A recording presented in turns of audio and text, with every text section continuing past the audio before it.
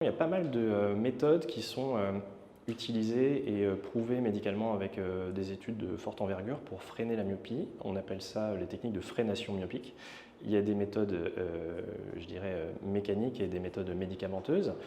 Sur le plan mécanique, on va pouvoir utiliser des verres de lunettes spécifiques qui vont, différents fabricants de verres qui fabriquent ça maintenant, qui vont permettre non seulement de corriger la myopie, mais aussi de permettre de freiner le développement de la myopie, dans le sens où ils vont permettre de freiner la croissance de l'œil. Il y a des techniques médicamenteuses avec un médicament qui s'appelle l'atropine, avec un certain taux de dilution pour faire en sorte qu'il n'y ait pas les effets secondaires de ce médicament. Un médicament qui s'utilise en gouttes et qu'on va mettre le soir, tous les jours, pour relaxer un petit peu les muscles de l'accommodation. Et on pense que par ce biais-là, ça permet de freiner le développement de la croissance de l'œil également, donc de freiner la myopie.